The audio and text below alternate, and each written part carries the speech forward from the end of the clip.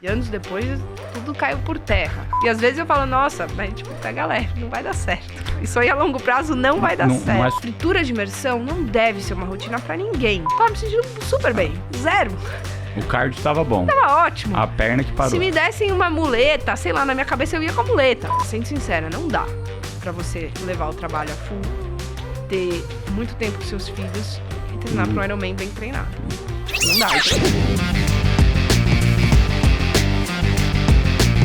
Bem-vindos a mais um episódio da Jornada, esse podcast onde a gente traz a vida que acontece junto aos negócios. A gente fala muito aqui, né, sobre negócio, no Papo de Gestão, no Extremos, e esse podcast aqui a ideia é trazer um pouquinho mais do que só gestão, só negócios, mas trazer a vida que acontece em casa, no trabalho e como a gente tenta equilibrar, mas não consegue. E hoje, na jornada, eu tenho o prazer de receber uma convidada especial, movida a curiosidade, muita coragem e principalmente uma disciplina de dar inveja a muita gente. Ela é a prova viva de que, às vezes, tudo que separa a gente de uma vida inteira é começar com um pequeno passo, que ela vai contar como ela começou nessa jornada do triatlo, né? Lá no comecinho com uma corrida de rua. Cissa Carvalho, ela que é nutricionista, vem me atendendo recentemente e tá aqui com a gente para falar um pouquinho de esporte, escolhas, das pausas, da vida, da maternidade e dos recomeços. Cissa, muito bem-vinda. Obrigada, Bruno. Prazer ter você aqui. Obrigado pelo convite. Olha só, ela é nutricionista, mãe, triatleta há 17 anos. Nossa, faz tempo. Nem lembro, você vai me perguntar como eu comecei, eu tenho até que revisitar essa memória. E já fez mais de 14 vezes o Ironman. Fiz 14 vezes o Ironman. É isso aí mesmo, 14 vezes. Quanto 70.3? Já perdeu de conta? Ah, não sei. Não foram, acho que não foram, sei lá, uns 20. Não sei, mas não era uma conta, assim. É porque quando eu comecei a fazer Ironman, eu também diminuí um pouco os 70.3 porque eu me machucava, então... prova sempre machuca um pouco mais. Uhum. Então eu focava na prova-alvo, que era o Ironman. Então... Olha só, lá em 2006, você viu uma propaganda de uma corrida de rua. Você se inscreveu achando que era uma loucura e ali tudo começou. Quando você olha para trás e olha esse momento que você falou da corrida de rua, o que você acha que mudou de lá para cá, desse seu começo no esporte... E tudo que você viveu de lá até hoje? Quando eu comecei, assim, era um universo completamente diferente. É isso, eu comecei pensando se eu ia conseguir terminar dentro do tempo de corte. E o início... Na prova de corrida? Na prova de corrida. Na prova de que 10 era o quilômetros, que era 2 horas. De 10 quilômetros? É.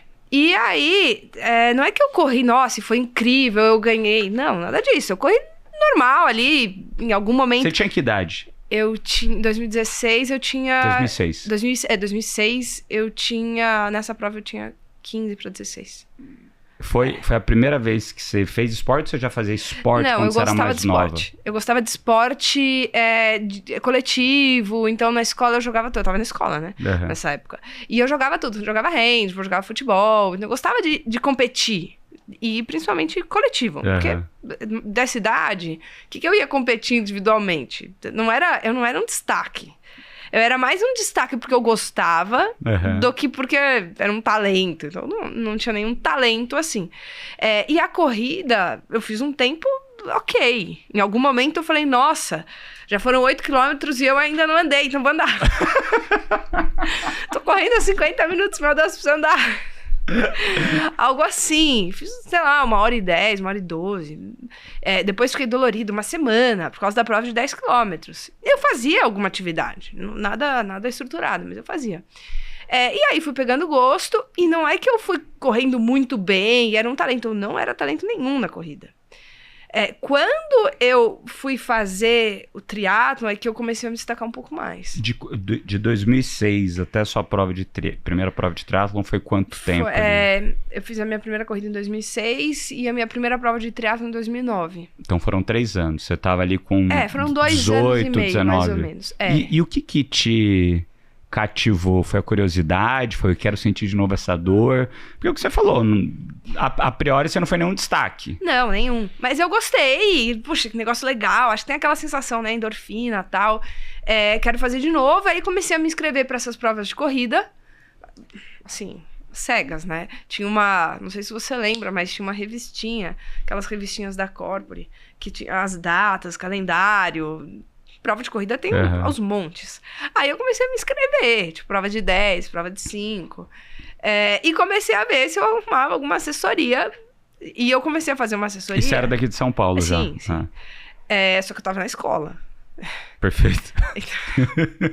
Aí eu arrumei uma assessoria que era de tarde. Tipo, só tinha essa assessoria que era de tarde. 4 horas da tarde no Ibirapuera. Porque minha mãe não queria que eu fosse de noite. Perfeito. E de madrugada não dava também. Eu tinha escola. Era escola. Então não dava. Aí eu ia nessa assessoria tal. Não tinham pessoas jovens como hoje. Hoje tem muita gente jovem correndo. Sim. Então não tinha, era todo mundo muito mais velho. Mas eu gostava, pra mim aquilo lá era um acontecimento. A corrida no final de semana, tipo de 6 km, 7 km e tal. Eu lembro que quando eu comecei nessa fase, eu falava pro meu pai isso assim: não, minha meta é fazer a meia. Porque a maratona é um abuso pro corpo. Eu falava isso. Eu fazia a meia, tá bom. Quando eu comecei a correr mesmo, eu fiz assim, 1h10, 1h12 nos 10. Na minha cabeça, não. Quando eu fizer 1 hora, sair pra correr 1 hora, 10 km, tá ótimo. Tipo, número fechado. Perfeito. Sabe, sai pra correr 10 km 1 hora. Maravilhoso. Então essas eram metas, assim, na minha cabeça. Só que aí eu fui pegando gosto. E comecei a ver nesses folhetinhos, tipo, biatlon, não sei o quê e tal. Aí comecei a ficar um pouco curiosa. Me machuquei já nesse começo da corrida. Eu logo tive uma fratura de estresse, porque eu também não tinha noção, então eu corria com dor e tal. Todo mundo que é amador tem, que não sabe o limite, não sabe o que é a dor. Até que... qual que é a dor certa? Eu era nova, até que o dia eu cheguei e falei, não aguento mais correr com essa dor, eu preciso ver. Aí fui no médico, não, tá com uma fratura de estresse, 3 meses sem correr. Aí, mas o que eu vou fazer agora?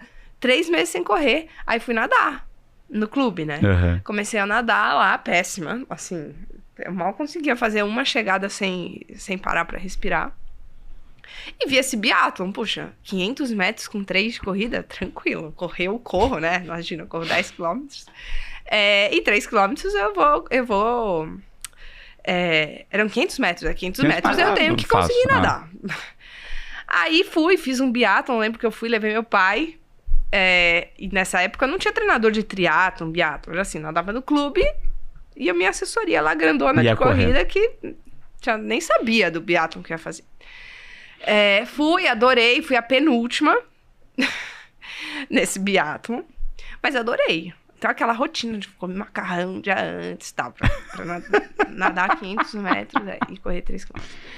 Tá, aí no ano seguinte, eu tinha uma amiga que era amiga de algumas amigas em comum, e ela tava correndo, ela corria também nesse negócio da Corpore, muito melhor que eu. E ela tinha um treinador que tava fazendo triatlon. Então ela também queria começar e tal. E a gente começou a ir juntas. A fazer o biatlon, não sei o quê. E eu fui treinar com esse treinador. Aí tudo começou. Aí fiz um ano, assim, eu com ele, já pensando na bike. Quando eu fiz 18 anos, em 2008, aí eu falei com meus pais, não, eu preciso da bike. Né? Preciso da bike porque eu quero fazer triatlon. Então, antes de ganhar a bike... Eu já tinha comprado um capacete, uma sapatilha. Eu já tinha decidido que eu ia fazer triatlon. Ironman eu nem sabia o que era. Mas que eu queria fazer triatlon. Que tinha nas revistinhas também o triatlon, né? Sim. Só faltava bike. Aí comprei uma bike usada e tal. E começamos. Uns 3 meses, mais ou menos, que a gente tava treinando. Fomos, essa minha amiga também. Todo mundo foi na mesma época. Fazer o primeiro triatlon lá em Santos. O Troféu Brasil. Isso, foi em 2009. Legal.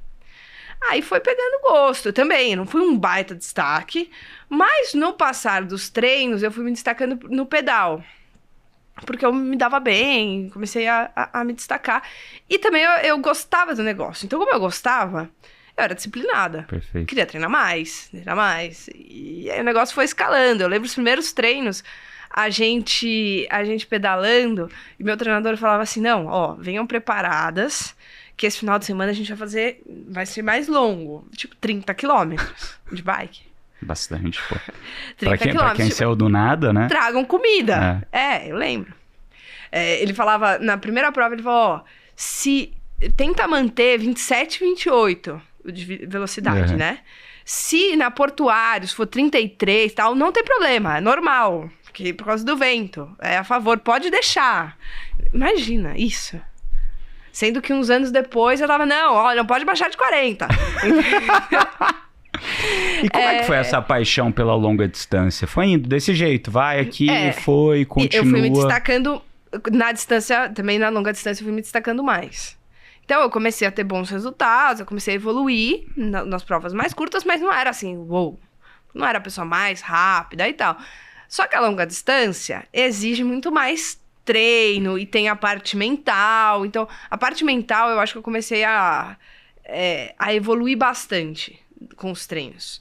No começo, nesse início, eu pedalava bem em relação aos outros, mas eu era muito passada na corrida.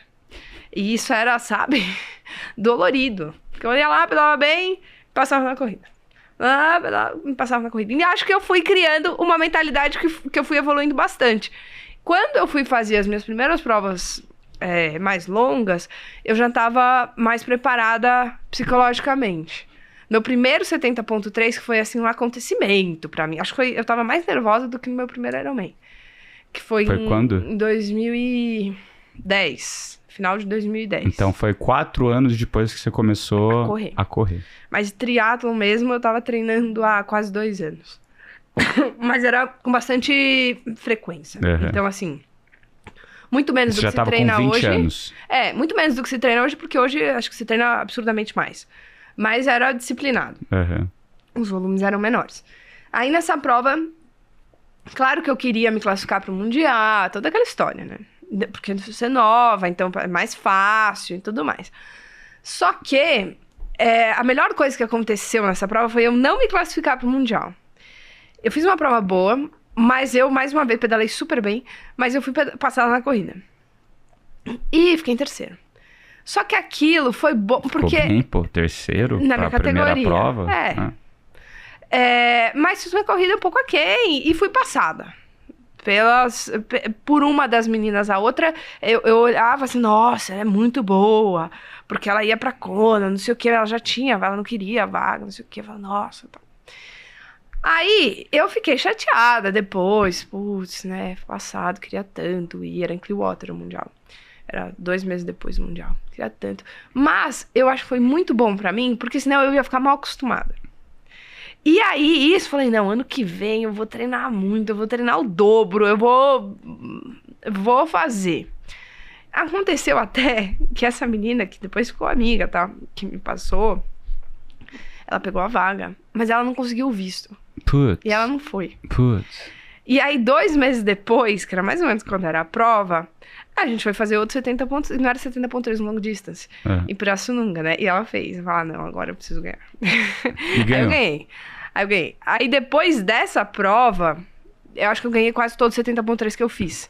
Então, essa prova foi assim, determinante também pra... Pô, eu tenho que treinar muito. E evoluir muito. No ano seguinte, eu fiz o 70.3 Brasil, que ainda era em Penha, né?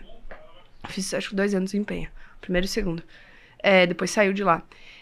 Peguei a vaga, cheguei, sei lá, acho que eu fui segundo geral, talvez, da Amador, algo assim. Mas foi muito bom, peguei a vaga, ainda com tempo muito bom, mas tempos que, naquela época, eu falava, não, até tanto tá bom. E anos depois, tudo caiu por terra.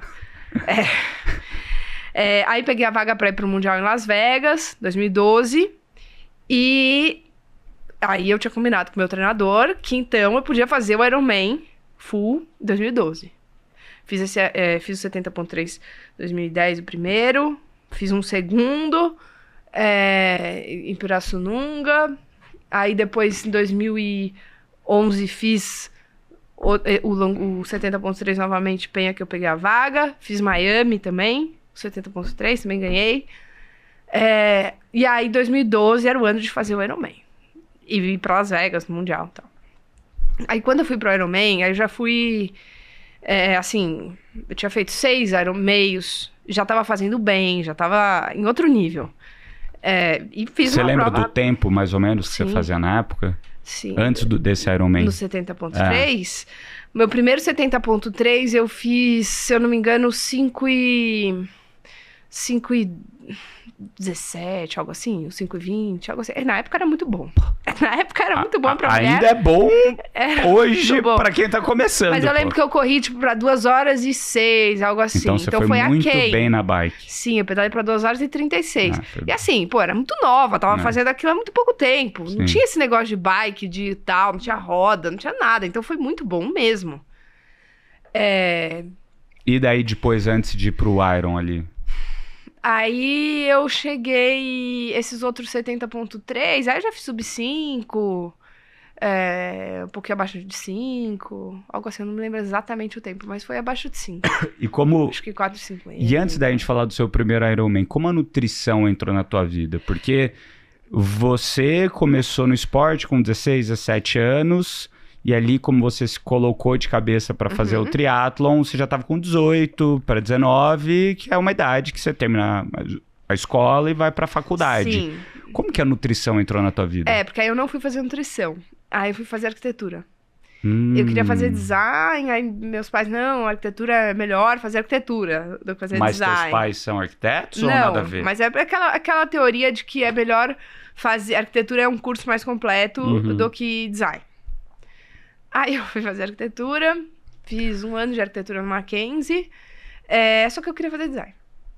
Aí tranquei, fui fazer design de produto, me formei em design de produto, mas nesse meio de campo todo eu tava fazendo triatlon, né? E essa coisa que a gente tava falando, do que o triatlon vai tomando conta, e aí você só quer fazer alguma coisa, pensa naquilo e tal.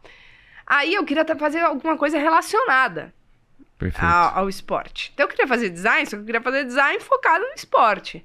Só que eu fui percebendo, principalmente no Brasil, que o mercado para designer não é tão bom, não é tão reconhecido, né, como lá fora, design de produto, que não fazia muita diferença. A minha bagagem no esporte não fazia muita diferença nesse campo. E comecei a pensar, minha mãe falou, por que você faz nutrição e tal? Eu passava com nutricionista, achava legal e tal. Falando, pô, pode ser uma coisa muito boa. Eu tenho uma flexibilidade da minha agenda, a bagagem me ajuda demais, sim. Aí sim, e se eu estiver competindo ou não, eu vou estar falando do negócio que eu gosto sempre. Perfeito. Então, vou fazer nutrição. Aí fui fazer a faculdade de nutrição, fiz no Mackenzie também, juntei, tentei bater bater crédito daqui, de lá, aquele bololô e foi. Foi e me formei em 2017, aí eu já tava fazendo Ironman, né? Na verdade, quando eu entrei na nutrição, eu já tava fazendo Ironman. Então você entrou em 2013 e 14. Em 2013. E eu fui pra Aracô na primeira vez, eu fiz o Ironman a primeira vez em 2012. Então, e como é que foi a primeira vez no Ironman? Então, o meu primeiro Ironman foi ótimo, maravilhoso. Assim, tudo bem. Treinamos tudo certinho e tal. Eu lembro que isso aconteceu algumas vezes, que eu falava pro meu pai que ele ia me assistir. Tipo, ele queria saber de quanto em quanto tempo você vai nadar, de quanto em quanto tempo você vai correr e tudo mais. Pedalar pra eu estar lá, pra eu estar nos lugares, pra não perder. E não tinha esses dados que a gente tem hoje. Não dava pra complicar no aplicativo e tal. Esses dados de, vou prever o tempo e tal. Mas, eu falei pra ele, eu falei, eu vou nadar de, sei lá, 1h10 a tanto, eu vou pedalar de 5 a 5h10, eu vou correr de 3 e tanto a 4 tal. Eu vou fazer mais ou menos 10h25. Pô, eu fiz tipo 10h25, 10h22. Alguns anos depois, quando, tipo, meu melhor tempo era 10 e... um ano depois eu fiz, tipo, 10h18, 10h19. Eu falando pra ele, não, aí eu vou fazer isso, não sei o que, natação, não sei o que. Umas 9h43. Eu fiz 9h43. Que loucura, bati o recorde e tal, fiz 9h43. E nem era um tempo assim, nossa, vai fazer... Não, se eu falasse por aí, ninguém ia acreditar. Mas eu falei, eu fiz, tipo, o tempo. Que loucura, não, acho que é uma coisa que eu me conhecia bem. Sim. Então eu tinha uma boa... não é aquela coisa de, pô, você quer fazer, você pode me falar que você quer fazer. Não, eu vou correr pra 3 horas. Não, viajou. Ele não sabe o que ele tá falando. Exato. Então, eu acho que eu tava bem consciente do que eu tava fazendo. E como que era a tua vida nessa época que você tava na faculdade e treinando? Porque, assim, basicamente era isso. Era treino 3 horas por dia. A gente treinava menos. Hoje treina demais. Então, eu não... Pergunta polêmica. Você fez uns tempos maravilhosos. Você acha que quantidade de treino, volume, influencia muito no resultado? Ou é como você faz o treino? Ou é o físico da pessoa? Eu acho que os dois. E para cada um não tem uma fórmula exata. Naquele início, se eu colocasse muito volume, eu não ia aguentar. E eu não tava meu corpo não estava preparado para muito volume. Uhum. Então, acho que cada um funciona bem de um jeito. E o muito também é relativo, né? O que é muito, que eu achava muito, hoje pode não ser tanto.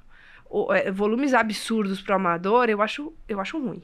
Eu acho ruim porque eu acho que estraga o resto. Estraga o resto. Mas o que é um volume absurdo? Não, você vê, treinar 30 horas, por semana. 28 horas. Eu acho isso absurdo. Porque eu, quando treinei muito, e assim, falei consciente já nos últimos Ironmans que eu fiz, falei pro meu treinador, olha, coloca aí que eu quero fazer, quero ganhar o Ironman, coloca aí o que precisar que eu vou fazer. Uhum.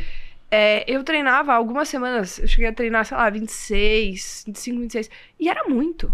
Era difícil, eu não tinha filho. Eu fico imaginando você treinar isso sempre pra uma pessoa que não tem aquela... quase 4 horas por dia. Mas pra uma pessoa que não tem aquela base. Não, você tá maluco. Eu tinha uma boa base de bike, principalmente. Então eu tinha muitas horas de bike, não era de corrida. De corrida eu sempre corri pouco, porque me machucava muito. Mas então eu tinha uma base boa. Porque pra mim, assim, treinar... Se você não tem uma base... Você só vai ficar mais lento, né? Você vai, se cansar. O treino não é um treino... Você só se cansa um pouco mais. Então, eu não acho que quanto mais, melhor. Mas, com um certo nível de treinamento, claro que um certo volume faz diferença. Um volume muito baixo... Alguma coisa você tem que dar uma compensada. Então, eu tinha um volume baixo de corrida, mas eu compensava com muito ciclismo. O que equilibrava pra mim, bem. Funcionava bem. Agora, qual que foi a tua maior alegria durante esse tempo todo que você teve no triatlon? Eu acho que uma das provas mais marcantes foi o Ironman em 2015, em Florianópolis. Esse das 9h43. Depois eu melhorei o meu tempo, mas esse foi realmente, assim como aquele primeiro 70.3... Foi uma virada de chave no sentido... Antes, eu fiz o Ironman em 2012, fui pra Kona. Fiz o Ironman em 2013, eu não fiz. Fiz em Kona só. Porque eu me classifiquei no meio Iron, eu tinha machucado, tinha uma lesão séria aí que eu tive depois de Kona em 2012. Eu peguei pódio no Mundial em Las Vegas, no 70.3 em 2012. Aí fui fazer Kona um mês depois, tive uma fratura no fêmur, fiquei 5 meses sem correr. Que loucura. Aí não fiz o Ironman, me classifiquei no 70.3 e tal. Mas aí eu fiquei 2 anos sem fazer Florianópolis. Fui fazer Florianópolis em 2014, tive uma lesão também, então fiz bem assim. Peguei a vaga, minha categoria era mais tranquila, fazia um pedal bom, trotei na corrida. Mas o tempo não era aquele meu tempo não traduzia realmente o que eu tava treinando. Então, 2015 foi um ano que eu mudei de categoria, que tava um away, não, esse ano vem fulano, ciclano, agora vai ficar difícil, agora... Então, era um ano de muita pressão também. Tinha um pessoal andando muito bem, umas meninas, então tava uma coisa assim, uma pressão. E o meu tempo não era nada demais, meu tempo naquela época, assim, meu tempo era, sei lá, 10:20, algo assim. E dos 10:20 eu fui pra 9:43 porque eu realmente acertei. Eu sabia que eu podia. Era só eu acertar. E aí ganhei, bati o recorde, melhor amador e tudo mais. Foi a primeira vez que eu fui a melhor amadora em Florianópolis. De todo mundo? De todas as amadoras femininas? Aí eu fui 15, 16, 17. Seguidas? Em Floripa. E como que foi pra você estar nesse lugar, assim, de alguém que não veio de uma trajetória de esporte... Cara, 4 anos seguidas, ser do Ironman em Floripa, que é o ícone, né, do Ironman no Brasil, a melhor amadora. Foi. Então, isso sim, esse acho que foi o momento mais, assim, eu curti muito, eu gostava, no meio tempo, eu ia me machucando, mas quando chegava perto, assim, eu conseguia encaixar e tinha uma evolução, e a parte competitiva também, então acho que eu era bem competitiva e tinha uma cabeça boa para treinar, para não bitolar e ficar... Porque quando você fica muito bitolada, machucou, já era. Você vai só pra baixo, só depois. Então acho que a bagagem toda de ter começado do começo me ajudou bastante. Agora eu treinava bastante. E como que era pra você, né, unir esse lance de ser nutricionista e atleta? Porque no fim do dia, você aprendia na sala de aula, deixa eu testar em mim mesmo as coisas que eu tô aprendendo. Isso muda algo? Isso faz você ser mais exigente com você mesmo ou não? Assim, eu acho que tem um grande diferencial de estar ali na prática, porque a teoria é linda. Só que a gente sabe que a prova é algo bem diferente da teoria, do comum. Sim. É uma prova muito longa, é uma prova... tem a dinâmica da prova. E a dinâmica da prova, nenhuma teoria explica a dinâmica. Então, isso eu acho que é o meu maior diferencial como nutricionista, é me colocar no seu lugar. E tentar, e acho que hoje eu tento me colocar no seu lugar também na sua situação, não na minha. Não adianta eu querer que você faça como eu fazia. Mas eu tenho que entender qual é a dinâmica para você e tentar pensar como você vai se sair bem pensando dentro na dinâmica, do que vai descer bem, no que não sei o quê. E não tanto na teoria. Claro que tem uma teoria, mas acho que a prática é muito mais importante nesse esporte, porque é muito específico. Então, acho que esse foi o maior diferencial e que eu consegui ajudar assim, os meus pacientes muito mais por essa experiência. Hoje os seus pacientes são todos triatletas, são todos atletas, ou você tem desde pessoas que são sedentárias, atletas amadores igual eu, atletas amadores que levam a sério igual o Vitor, o Puccinelli, e profissionais? Como é que é e qual que é a diferença que você vê entre esses tipos de paciente? Não, eu atendo todos. Eu tenho paciente sedentário, eu tenho paciente dos 5 km, 10 km, da meia maratona, o triatleta, o Ironman, Ultraman e o profissional. O profissional, acho que é uma categoria à parte, porque o trabalho dele é aquilo. Sim. Então, mesmo uma abordagem, assim, o profissional não tem muito equilíbrio, né? A gente tem que pensar no que é melhor. No que é melhor, temos performance no seu trabalho e é resultado. Então, não tem, e eles não precisam desse equilíbrio todo. Sim. Já o amador, acho que varia muito a abordagem, porque eu não posso tratar da mesma forma um amador que quer ganhar o Ironman, eu quero fazer tudo. Igual eu falei pro meu treinador, manda aí tudo que eu preciso fazer. Com alguém que, eu quero curtir, eu quero fazer uma primeira Ironman com saúde, quero fazer bem. Não quer dizer que eu não quero quebrar, ninguém quer quebrar. Não. Mas tenho as minhas limitações aqui, eu não vou levar uma marmita no final de semana para um evento, eu não vou, na verdade eu não falo para ninguém fazer isso, tá? Mas é um exemplo, né, das pessoas bitoladas. Todo respeito, mas eu não falo para ninguém fazer isso porque eu me coloco muito no lugar. Acho que uma coisa que eu faço muito no consultório é me colocar no lugar da pessoa. E às vezes eu falo, nossa, mas tipo, pega leve, não vai dar certo. Isso aí a longo prazo não vai dar certo. Não é sustentável. Não é sustentável. Até às vezes os pacientes me falam, não, porque a minha namorada reclama, não sei o quê. Como é que você faz? Eu falo, olha, eu acho que você tem que pegar leve. Agora, essa é uma pergunta, né? Que assim, a pessoa que é sedentária, quando ela vem e passa com você, e ela tá acima do peso, o que você recomenda para ela? Porque emagrecer, e daí começam as primeiras polêmicas aqui das perguntas. De fato, 90% do emagrecimento vem do que você come e 10% vem de fazer exercício, ou tem um percentual diferente? Não, é uma matemática, né? Se você faz exercício, você consegue emagrecer fazendo uma dieta mais mais fácil de seguir, ou seja, uma dieta que tem mais comida. Se você não vai, não vou fazer exercício nenhum, quero emagrecer, como é que eu faço? Bom, você vai ter que comer muito pouco. Então, basicamente, o que você está falando é o seguinte, é déficit calórico. Você tem que perder... entrar menos do que sai. Claro. É isso. Tem questões hormonais que podem influenciar, estresse, várias coisas, sono. Mas emagrecer tem que ter déficit calórico. Emagrecer sem déficit calórico, você tá emagrecendo dando água, talvez, desidratando. Mas tem que ter déficit calórico. Se você faz atividade física, é muito mais fácil. Agora, qual atividade física funciona melhor para emagrecer? É o aeróbico ou é fortalecimento musculação? É outra polêmica. Não, musculação é essencial. Não é para emagrecer. Musculação é essencial para a vida, pensando em longevidade, em saúde. Até para no futuro você não ser aquela pessoa que está cheia de dores, né, não conseguir se movimentar direito. Para a musculatura é essencial. Para emagrecer, o cardio é muito importante, porque é onde você gasta mais caloria. Então, numa sessão de musculação, você gasta o quê? 200, se treinar bem. Sei lá, entre 150 e 300 calorias num treino muito bom. Essa mesma pessoa, se for fazer um treino de cardio, você vai gastar de 400 a 800. Perfeito. Então, é muito importante fazer um cardio, nem que seja assim, fazer musculação, faz 20 minutos de alguma coisa. Só dá pra fazer 10, faz 10. Melhor que nada. Agora, a percepção da pessoa que fez o aeróbico é que ela sai muito mais cansada, transpirando, queimei mais caloria. Vou meter aquele pratão pra dentro.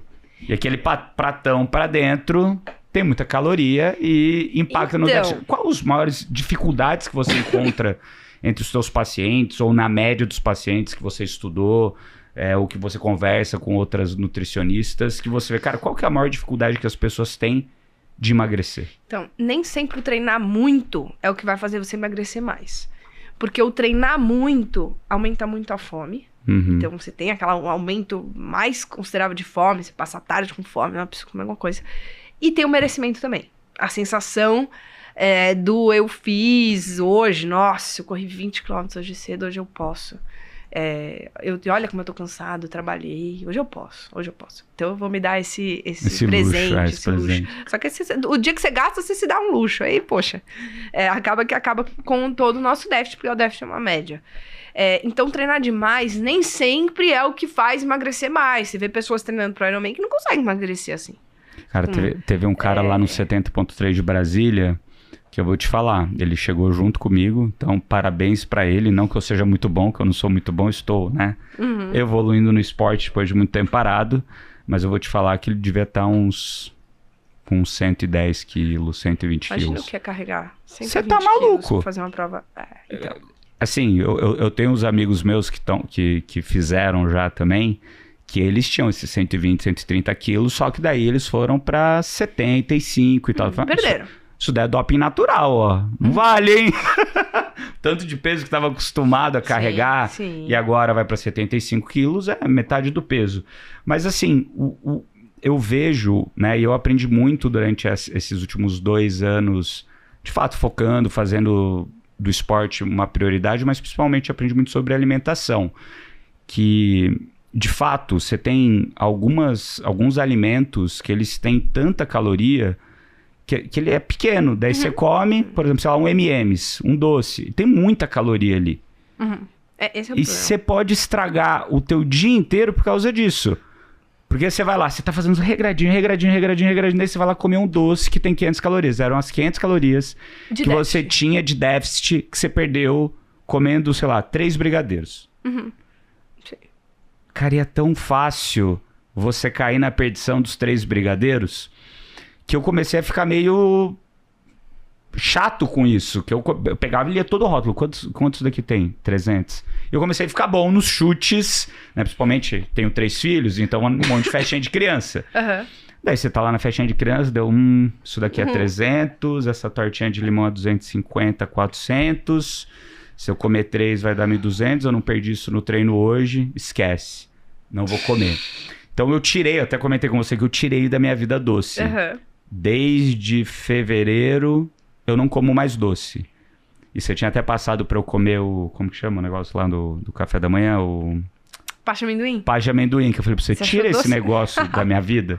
Porque se eu como a pasta de amendoim, isso triga um negócio na minha cabeça que eu tô comendo doce. Eu vou ficar com vontade à tarde, eu não vou conseguir resistir. Então eu tirei, você falou, não, então come isso daqui no lugar. E outra coisa que eu fiz também, né? Ainda bem que eu tenho condição de fazer isso, tem um monte de gente que não tem. Foi em cima do plano nutricional que você passou, pegar alguém para fazer almoço, lanche da tarde, jantar, que entrega aqui no escritório.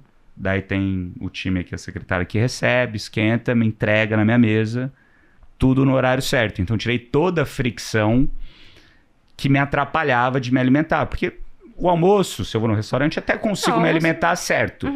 Só que à tarde era um problema. E daí à tarde eu ficava com aquela fome bazuca, assim, cara, eu preciso comer alguma coisa. Daí eu não tinha trazido nada, daí eu ia aqui na vendinha.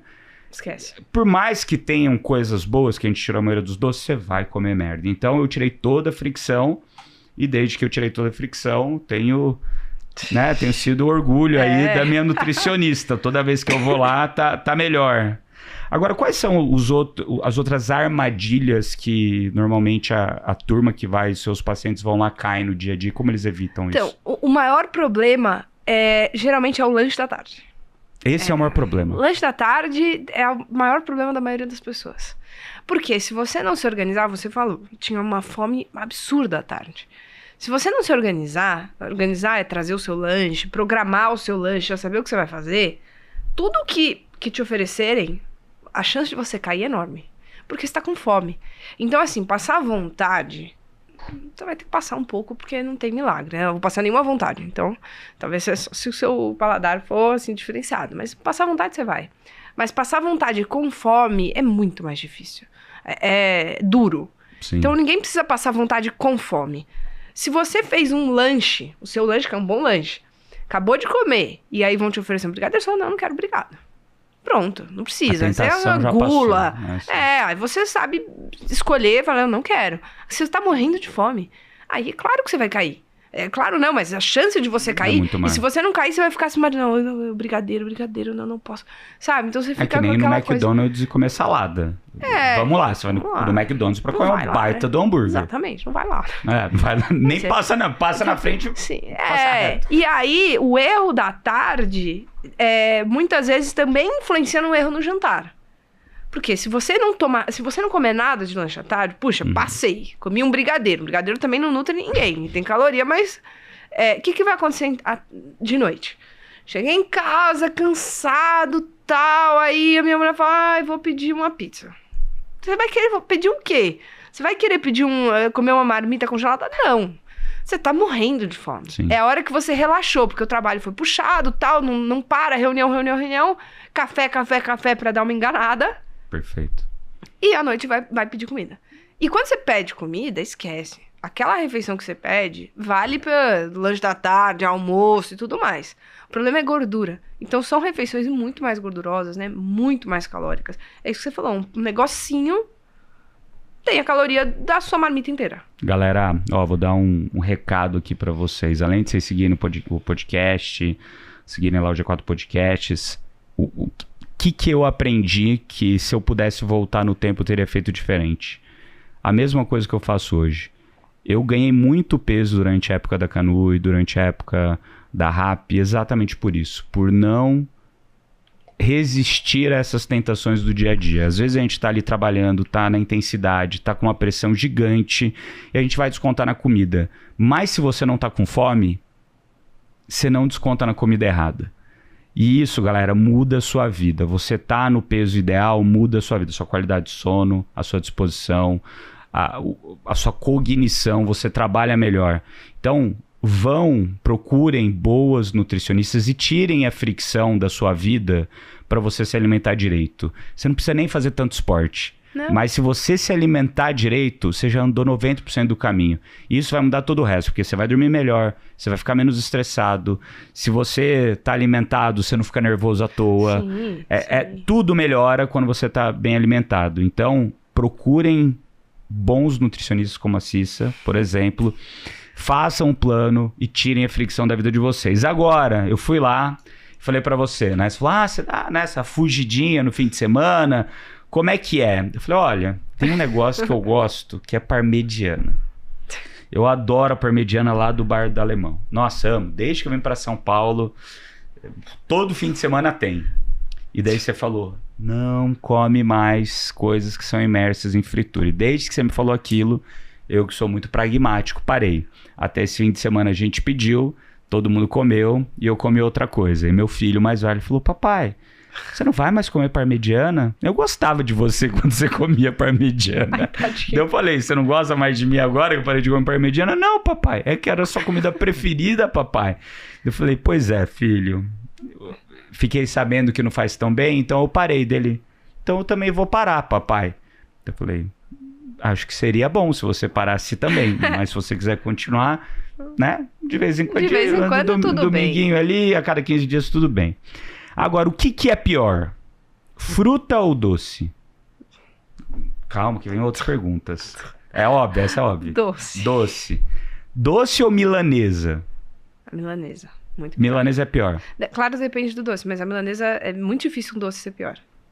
Milanesa ou parmegiana? Parmegiana. É a mesma coisa. Porque a parmegiana é a milanesa com queijo. Tá. Então perfeito. É um plus. Parmegiana ou pizza? Pior. Pizza é muito melhor. Pizza... Parmegiana é pior. Pizza é muito melhor. Muito melhor. Pizza ou doce? Ruim. Pizza não é tão ruim. Não é tão ruim. Pizza ou doce? Depende, né? Depende da pizza. Depende da pizza e depende do doce. Eu diria que pizza é melhor. É? Depende muito. Você pode ter um doce só açúcar, que é um doce de leite. Basicamente é açúcar. Lata de leite condensado é açúcar. Tem pouca gordura. É uma goiabada, uma bananada, algo assim. Uma geleia. Uma geleia. Mas você tem um doce com muita gordura também. Se pegar um doce que tem massa, que tem muita manteiga, farinha, manteiga, e vai o doce por cima. Tipo aquela tortinha de limão com aquela casquinha dura. Nossa, massa é péssimo. Massa folhada, doce que tem massa folhada, doce frito, tipo churros. Churros pensa, é frito e é churros e também é imerso ali, sabe? Bem ruim. Por que isso é ruim? A gordura é uma gordura de péssima qualidade, aumenta o colesterol. E daí, quando o nosso corpo absorve isso, o que acontece? Primeiro, é uma caloria vazia. Não é que vai te dar energia. Entendeu? A gordura... Tem a gordura boa, você tem abacate, você tem... a pá de amendoim. Castanhas, No queijo, por exemplo, você tem uma gordura, tudo bem. Tem ali a sua energia. Agora, uma fritura... É uma gordura ali de imersão que eu te falei, que você imerge ali o alimento no óleo e fica ali puxando aquele óleo, entendeu? É uma gordura de um perfil péssimo que aumenta o colesterol, acumula, né, forma placa e tal, toda aquela coisa que é um risco cardiovascular. Claro que não é que você comeu uma vez, gente. Perfeito. Você comer durante muito tempo. Você me falou, eu adoro parmegiana. Eu falei, normal, nem gosto. Estranho que falar que é ruim. Eu acho o bife milanesa uma delícia. Só que não pode ser uma rotina, porque é realmente muito ruim. Fritura de imersão não deve ser uma rotina pra ninguém. É muito pior do que você comer um doce. Comer um açúcar, bom, gasta também. Não é tão ruim. Uma fritura é só você pensar. Você coloca aquele pastel ali, ele fica lá puxando. Nossa, aquele pastelzinho é maravilhoso. Puxando e forma aquela casca que simplesmente é um monte de gordura que vai fazendo ali uma crosta. Então aquilo não é bom. Não é bom. A pizza não é ruim. Depende muito do sabor, mas a pizza Pizza não é. Ou embutido? Pizza. É pior ou qual é melhor? Qual que é pior? Embutido. Embutido é pior. Então, presunto, peito de peru, que falavam que era bom. É ruim. Não, é ruim também. Tem glutamato, tem vários estudos aí que falam que aumenta a chance de câncer e tal, cancerígenos. Então, embutido é bem ruim. Agora, para fazer uma dieta, você tem aquilo que chama dos macronutrientes. Carboidrato, gordura e proteína. Depende de cada pessoa, de cada objetivo, o quanto tem que ser consumido durante o dia? Como é que isso funciona? Depende, mas tem um range, que dificilmente você vai sair muito disso. Dessa faixa. Então proteína, por exemplo, você vai trabalhar entre 1 e 2 gramas de proteína por quilo de peso. Talvez um pouco mais, se tiver numa dieta de muita restrição calórica, você aumenta um pouquinho a proteína. Gordura, Aí a gordura e o carboidrato é que vai entrar mais no cálculo, dependendo do quanto você gasta, do quanto vai ser a dieta. Perfeito. Mas a proteína não vai variar, você não vai botar uma proteína de 4 e uma proteína de meio. E percentualmente entre eles? Aí vai variar, Existe né? o balanço também ou não? Vai depender do quanto você gasta, depender do seu peso corporal, do seu objetivo? Então, você pode pensar em percentual ou nesses gramas do nutriente por quilo de peso, né? Uhum. Mas, geralmente, a proteína vai ficar entre 20 a 35, mais ou menos. Numa dieta com um pouco mais de proteína. O carboidrato vai ficar também ali entre 30, 40 até 50. Já para uma pessoa treinando demais, o carboidrato vai subir. Vai ser muito que é mais, o que vai subir. E a gordura, mais ou menos uns 20, de 15 a 25. Depende um pouco do perfil da dieta. Perfeito. Mas é isso.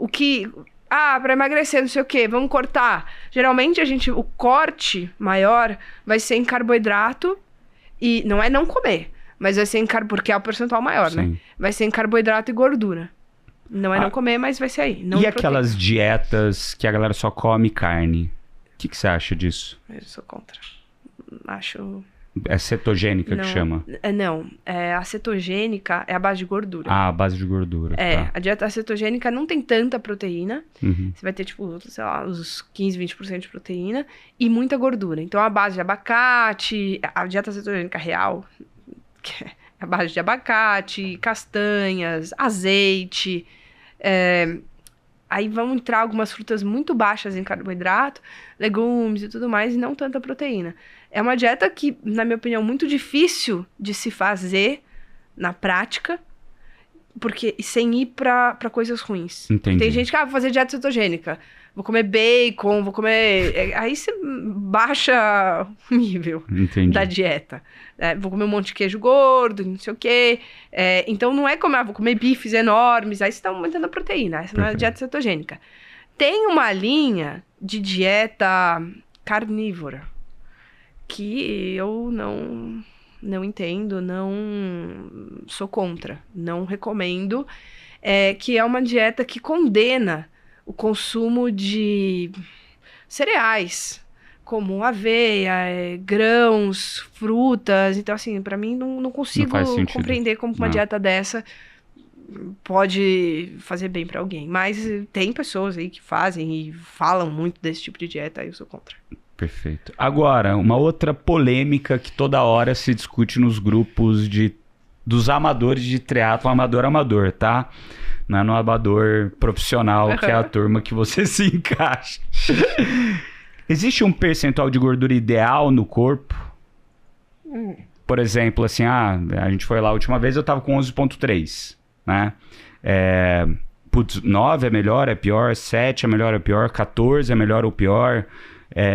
De novo, depende do objetivo, não depende, ou não existe esse lance, é o que do seu corpo, como você funciona bem, como você reage, se você tá com um percentual de gordura muito baixo, sua imunidade também diminui, como é que funciona? Um percentual de gordura mais baixo, não baixíssimo, mas principalmente homem, mulher, a gente tem que tomar mais cuidado com hormônios e tal. Então, mulher seria não baixar de 13%, 12%, 13%, que já é bem baixo para mulher. Bem baixo. Então, não que tenha que ser o objetivo, então o objetivo é 13%, mas baixar seria até um ponto de alerta. Claro que um percentual para homens, entre 12%, o que é melhor eu fazer o Ironman? Com 12 ou com 9? 9 é melhor, você carrega menos gordura. É que também a gente tá falando de percentual. Então, percentual é em cima do peso total. Se você é muito forte, você pode ter um percentual de gordura baixo e pesar muito, que não vai ser bom para um Ironman. Você não precisa ter uma gordura mínima e ser tão pesado. Talvez seja melhor você até perder um pouco de músculo, se fosse o caso, para estar mais leve. Mas tirando essas exceções... Eu tenho um amigo meu que é do MMA, que veio do MMA, e ele começou agora no triatlon. E eu falei, pô, cara, mas teu percentual de gordura é super baixo. Eu falei, mas não adianta nada, tem um monte de músculo aqui que não serve de nada pro esporte. Então, acho que não é assim, percentual, levar o percentual tão a ferro e fogo. Depende da composição corporal. Porque o percentual varia muito. Mas é claro que carregar aquela gordura extra que você vê, cara, eu tenho uma barriga tal, que tá aqui me incomodando, que eu carrego. Claro que se você conseguisse perder a sua barriga, ajuda. É uma gordura, é um peso morto. Assim como um volume muscular muito grande, principalmente de tronco, numa prova de triatlon, um Ironman, também é um peso morto. Perfeito. Não vai te ajudar em nada. Você vai carregar mais peso. Vai ajudar na natação por nada. Você vai... agora... então 9 melhor que 12. Mas a imunidade... Aí, a gente tá falando do que é melhor em pessoas chegando nesse número de forma saudável. Então, a gente tem que ver como você consegue. Você consegue chegar... No seu estilo de vida, você consegue chegar em 9% de forma saudável? Não. Então não adianta buscar. Porque para chegar nesse número e fraco, não tô aguentando, não durmo, não vai ser legal. Mas você vai se machucar. Perfeito. Então... Perfeito. 2019, você teve uma pausa forçada. E aí, como é que foi para você, lá quando você tava no auge...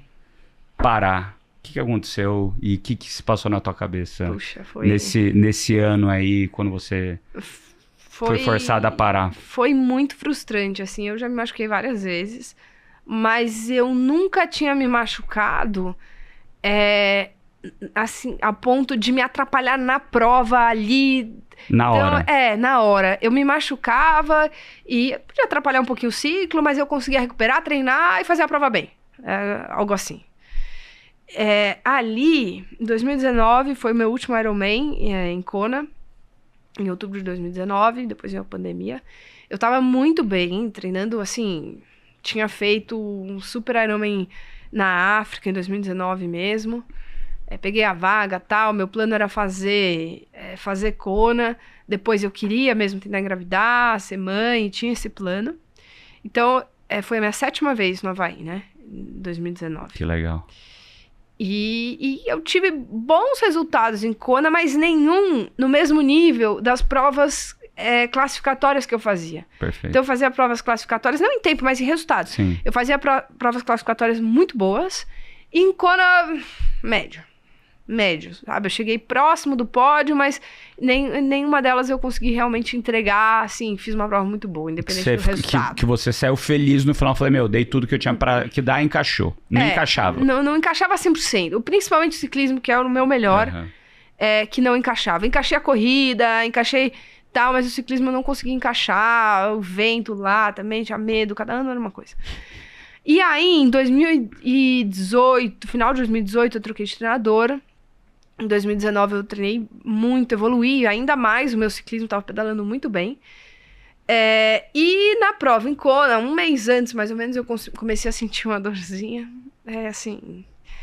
Aí já falei, puxa, não acredito. Tirei o pé, mas tudo sob controle. Tudo sob controle. Mesmo com aquela dorzinha lá, dava pra fazer uma prova muito boa. Cheguei em Kona, tava correndo um pouquinho, dando um trote, fui fazer a prova.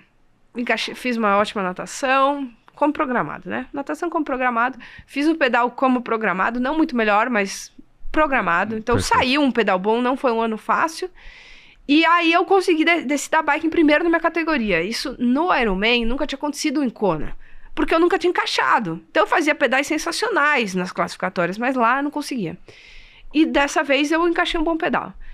Saí pra correr bem, primeiro, tal, tipo, hoje. Hoje vai. Quem tava atrás de mim era a menina que tinha competido comigo na África alguns meses antes. Você tinha ganhado. Tinha ganho, tava tudo sob controle. Ela não corria muito melhor que eu corria igual, mais ou menos igual. Então, assim, a gente vai brigar. Mas, assim, eu tô bem. Tinha uma vantagem ali. Tá. Aí, com 7 quilômetros mais ou menos, comecei a sentir uma dorzinha. Só que uma dorzinha que escalou muito rápido. Muito rápido. E começou a ficar incapacitante mesmo. Eu não conseguia, assim, pisar. Começou a ficar em falso. Na tíbia, né? Na frente, mais ou menos. Falei, não acredito. E era a hora que tava chegando ali no pessoal, onde tem a torcida, voltando ali pra Ali Drive, antes de subir pra estrada. Aí, puxa, eu lembro que eu cheguei meu treinador, meu marido, tal, tá tudo aí, tipo assim... Parou. Comecei a trotar, porque eu não conseguia. E aí, andar, meu treinador falou, não, você tem que parar. Tipo, você vai fazer o quê? Você vai andar 30 quilômetros, você vai andar 30 quilômetros. Não, eu falei, na hora, assim, na minha cabeça, eu tava me sentindo bem. Eu não tava cansada. Tava me sentindo super bem. Zero. O cardio tava bom. Tava ótimo. A perna que parou. Se me dessem uma muleta, sei lá, na minha cabeça eu ia com a muleta. Mas eu andei um pouquinho, falei, não, deixa eu andar aqui. Eu andei um pouquinho, logo à frente eu falei, não adianta, sabe? Tem esse alambrado que eu tenho que segurar, não consigo nem andar. Que loucura. Aí parei. Foi muito frustrante, porque no final das contas, o resultado não terminou. Não é o resto, eu tava muito bem, tipo, pra mim, vale, eu sei que eu sou capaz, eu sei que tava tudo, que se eu ia ganhar ou não, eu não sei, porque tem a competição, tinha 30 quilômetros pra correr, mas eu ia disputar, sim, tava tudo bem, eu ia disputar, e ia fazer uma ótima prova, só que eu não terminei, então o único resultado que tem lá não terminou, e... É isso, aí eu falei, ano que vem então eu vou de novo, tá? Então eu vou de novo. Daí veio o Covid. Vou treinar e veio o Covid. Aí veio o Covid, aí o Ironman que ia ser em outubro, falaram que ia ser em fevereiro, aí por fim falaram que não ia ter. Aí quando falaram que não ia ter, eu falei, não, então eu também não vou parar a minha vida por causa disso. E era pra ser assim. Depois eu volto. E aí eu fui ser mãe e tal. E quando nasceu o seu pequeno? Meu filho nasceu em janeiro de 2023. Então, ele foi fabricado ali logo depois do Covid. Era ainda a Covid, 2022. E você parou de treinar depois dessa época? Continua treinando? Treina até hoje? Como é que é? Eu continuei treinando ali antes de engravidar também, eu tava treinando. Aí, durante a gestação, é mais difícil, tal, foi difícil. Eu treinei o que dava, assim, bem na marra. Porque na minha cabeça, não, eu preciso treinar um pouquinho. Eu treinava o que dava. E depois eu voltei, mas não o triatlo. Eu voltei a correr, fiz algumas meias, tal, quero fazer a maratona, pedalo. Então eu nunca parei de pedalar no rolo. Só que na rua muito mais difícil agora. Por quê? Então, primeiro por uma questão de segurança, porque é muito difícil pedalar em São Paulo. Eu acho assim, eu não gosto de pedalar na ciclovia. Acho a ciclovia muito perigoso de acidente, porque as pessoas vêm dos dois lados, em um acidente de frente acho que é péssimo. É perigoso para parar o carro e descer com a bike ali pela rua, eu acho que essa bike não é para sair andando assim pela rua. E a USP foi onde eu sempre treinei na USP, até barrarem ali os horários em 2019. No mês de 2019 barraram. Mas eu sempre treinei lá. Só que agora é muito cedo, né? O horário é 6h30, tem que ir embora. Fashion. O cara vem tirar a gente. Eu até voltei ano passado, pedalei um pouquinho, tipo um mês ali, só durante a semana. Uhum. Porque eu seguia pedalando no rolo. Então faço bons treinos no rolo, não volume, porque eu não tenho mais tempo. E também não tenho nenhuma prova de triatlo marcada. E como que é ser mãe, atleta, nutricionista? Então. E a grande dificuldade do pedal, aí pensando, fazer uma prova longa. Então, por que não romeiros? Adoro romeiros. Uhum. Puxa, é cair pra ir pra estrada também. Aí dá medo de cair.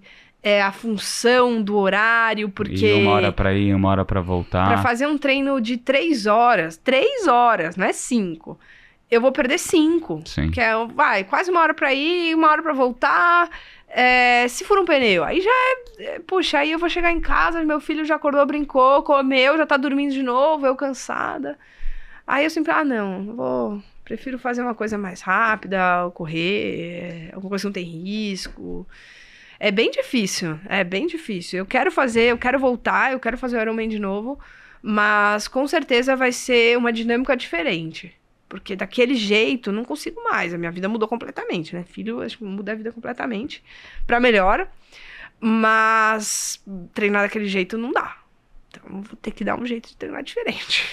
E como que você se imagina treinando pra fazer uma prova do Ironman com filho pequeno, com um tanto de paciente que você tem, com a Z2 também, que você... né, uma das sócias lá, como é que você imagina isso? Ou não imagina, ou diminui muito. Não imagino muito bem, assim, visualizar 100%, não consigo. Então, assim, acho que uma coisa mais a longo prazo, o triatlon, maratona não, maratona acho super plausível, é uma disciplina de acordar cedo e treinar. É um treino por dia, no máximo mais uma musculação, então acho que dá pra levar. Já o triatlon, teria que ser bem... O tempo que eu tenho tem que ser muito bem aproveitado para treinar. Não dá para ter aquele treino extra, sabe? Vai um giro aí, fica aí 2 horas girando leve. A gente não tem esse tempo. Sim. Então você tem que usar o tempo que tem, é tempo para fazer com qualidade. Provavelmente alguma coisa teria que diminuir, né? Não tem como. Não tem como. Pra falar a verdade, não tem como. Assim, equilibrar, não dá. Pelo menos para esse ciclo agora, o que rolou comigo foi que durante a semana rolo. Rolo, que assim, acordei, senta, pedala, acabou, toma banho, tá com as crianças, fica com ela, leva na escola, voltou, academia do prédio, fiz o treino de fortalecimento, ou piscina do prédio, fiz a natação, acabou, tá feito, 9h30 começa o dia de trabalho, vai até a hora que for, mas você começou 4h30, 5 da manhã para conseguir estar liberado nesse horário, né? E, cara, tudo no prédio. Então, a galera me critica, pô, mas só faz rolo, você só faz esteira. Eu falei, meu amigo, quando você tiver 3 filhos, querer cuidar da tua esposa, manter o casamento, tocar a empresa e ainda querer enfiar um triatlon na vida, você não tira a fricção da frente, fudeu. Não tem por onde. E assim, tirar o tempo com seus filhos não dá. Não dá. Esse não dá.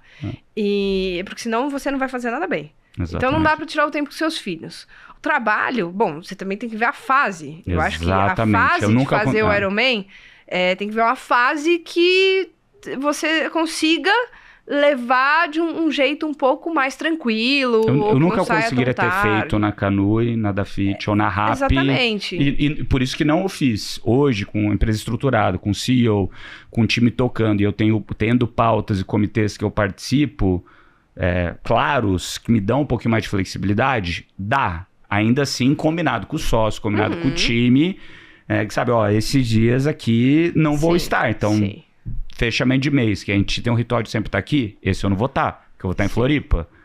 E tá tudo bem. Faz parte do jogo. Sim. Eu acho que o timing é importante, não é qualquer... Eu não vou mais fazer Ironman como eu fazia, 2 por ano, sempre. Perfeito. Vai, todo ano 2. Então tá sempre num ciclo, por que não outro? Porque é um negócio muito legal, assim, você não tem filho, muito legal. Uma época meu marido fazia também. Então, isso não existe mais. Eu quero fazer o Ironman de novo. Posso fazer triatlon, assim, fazer uma prova. Tem que ser bem pensado quando eu vou fazer uma prova. E pra fazer um Ironman, é um projeto pra fazer um Ironman. Num momento um pouco mais tranquilo, às vezes o filho indo pra escola, aliviar um pouco no trabalho de alguma forma. Porque, assim, sendo sincera, não dá pra você levar o trabalho a full, ter muito tempo com seus filhos e treinar pra um Ironman bem treinado. Não dá. Tipo, não dá. E teu casamento? Não dá. Não dá. Não dá. No casamento ainda, né? E teu casamento. Não dá. Então, é isso aí. E tá tudo bem. Tá tudo bem. O melhor é a gente reconhecer e tentar fazer esse projeto na hora certa. Porque senão é só frustração. Eu vi um podcast com o Pedro Cerise e a esposa. E o Pedro Cerise tem 55, a esposa não sei quanto que tem. Mas acho que deve ter, sei lá, mesma idade, um pouco mais nova. Não vi no vídeo, só ouvi o áudio.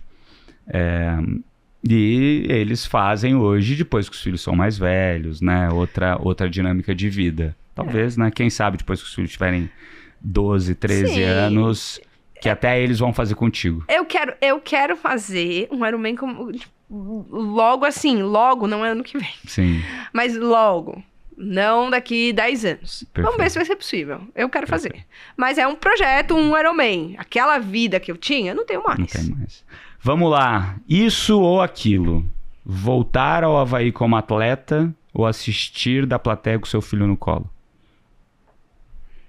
Não, assistir com meu filho no colo, mas eu queria que meu filho me assistindo. Boa, então voltar como atleta e o seu filho te assistindo. Com meu filho me assistindo, boa. Poxa. Nutrição ou triatlon? Qual você abriria a mão com mais dor? Se tivesse que falar assim, você tem que largar um dos dois. Qual que doeria mais? Nutrição ou triatlon? Puxa, eu falaria... um tempo atrás eu falaria que o triatlon, tá? Porque eu comecei no triatlon antes da nutrição. De fazer nutrição, mas o triatlon eu já abri um pouquinho. Perfeito. Então eu já não tenho, não é uma coisa que eu tenho tanta escolha. Acho que se precisasse eu abriria a mão dos dois. Boa. Um livro que não fala de esporte, mas que te transformou. Puxa. Isso eu tenho que pensar. Deixa eu pensar. Fica tranquila. Vamos lá. Um paciente ou atleta que te ensinou alguma coisa? Puxa, são vários. Mas fala assim, um primeiro que vem na tua cabeça. Eu atendo algumas pessoas, eu atendi recentemente até uma paciente, imagine, com, tipo, acho que 3 filhos, um de 8 meses, foi fazer o Ironman. Ano passado. Fez o Ironman e já tá grávida de outro. Indo pro 4º filho? Aham. Fez o Ironman com um filho de 10 meses. Eu fiquei chocada. Falei, nossa, eu aqui achando que não dá, que é impossível, tal. Então, quando eu atendo pessoas assim, e ela tem tempo com os filhos e... É incrível. Ela assim, trabalha também ou não? Ela trabalha, mas é um trabalho mais tranquilo, né? Também com 3 filhos. Não, mas trabalho é uma pergunta justa, com né? os filhos, sim. Uma pergunta justa. Porque assim, por exemplo, a minha esposa trabalha, ela gosta do trabalho. E ela quer continuar trabalhando. Ela fala, me divirto, gosto e tal. E eu falo, você faz o que você quiser da tua vida. A tua vida é tua, não é minha. Você tem que fazer o que te dá prazer. Claro. E tem outras esposas de outros amigos que não trabalham. E tá tudo bem também. Tá tudo bem. Tá ótimo. Que cuidam do filho, cuidam da família. Que, vamos lá, dá mais trabalho do que trabalhar. Claro. Com certeza. Cuidar dos filhos dá mais trabalho do que trabalhar. Porque mesmo trabalhando, você tem que cuidar dos filhos. Não tem como excluir. Eu falo que a minha esposa é uma Iron Mãe. Porque não tem você como. Tá maluca, assim, é não é que, então eu vou trabalhar. Mas e os filhos? Você vai continuar cuidando dos filhos. Você vai trabalhar e cuidar dos filhos. Então você só acrescenta coisas. É que essa paciente, 8 meses. Loucura. 8 meses. Ela tava, amamentando ainda. Meu Deus. Ela parava um pouquinho, então vai, agora tem que treinar. Ai. Muito bom. Um valor inegociável pra você? Família. Boa. O que é família pra você? Família... A família é meus pais, meu marido, meu filho. Acho que é a base de tudo. Boa. E como que é desenvolver os produtos da Z2 para um monte de atleta e testar eles antes de sair no mercado, até que eles fiquem ali, maravilhosos. E ter o feedback, né? Que toda hora vai lá um paciente, por exemplo, eu sou uma pessoa que tem um problema com palatinose e com a Load Up, né? A linha Load Up, te falei. Feliz pra caramba, resolveu minha vida. Tô maravilhoso, só Load Up, saltos e vambora. Vida que segue. Mas, os géis, eu fico até triste, porque os sabores dos géis são muito bons. É muito mais gostoso, né? Muito mais gostoso. Mas tudo bem, o Load Up me acostumei, vambora. Como é que é trabalhar com isso, trabalhando no desenvolvimento desses produtos e o dia a dia lá na Z2 com a turma? É muito legal. Acho que o trabalho na Z2 e desenvolver produto é uma coisa que eu gosto muito. Volta a sua vontade de design. No desenvolver, então, assim... Tanto eu uso a nutrição, uso a parte prática, a minha experiência prática no esporte, mas é um trabalho que me motiva bastante, assim, da gente buscar coisas novas e testar, experimentar e também saber, às vezes, dar um passo para trás ou enxergar, o nosso produto, hoje a gente quer fazer o melhor produto que tem. Mas amanhã, talvez ele não seja mais o melhor. Então, vamos ver o que a gente pode fazer para fazer melhor e para fazer melhor, porque as coisas vão mudando. É isso, a gente tinha um gel, toda a nossa linha tinha palatinose. Eu gosto da palatinose, eu acredito na palatinose, tem aí um monte de gente tomando e tudo bem. E tudo bem. Mas eu entendo que tem pessoas que não ficam bem. Eu entendo que para certas situações não é o ideal. Então, acho que é muito legal o trabalho lá. E toda a troca, o pessoal, o Vitor é um líder, assim, nota 10. E a maneira com que a gente vai crescendo juntos e evoluindo e sempre buscando essa evolução é muito legal. O Always Chasing.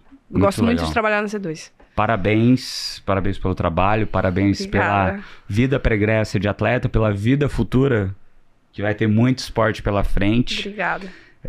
Obrigado pela parceria aí, de me atender também e receber ali minhas mensagens, trocar isso, trocar aquilo. É sempre um bate-papo legal. Espero, galera, que vocês tenham gostado. E para te seguir, como é que a gente faz? Sica Carvalho 9 no Instagram. Sica Carvalho 9. Isso, no Instagram. Eu fiquei te devendo o livro. Pra ser algo que não tem a ver com esporte, eu tinha que pensar mais. Mas é um livro que tem a ver, mas não é exatamente de esporte. Chama Relentless.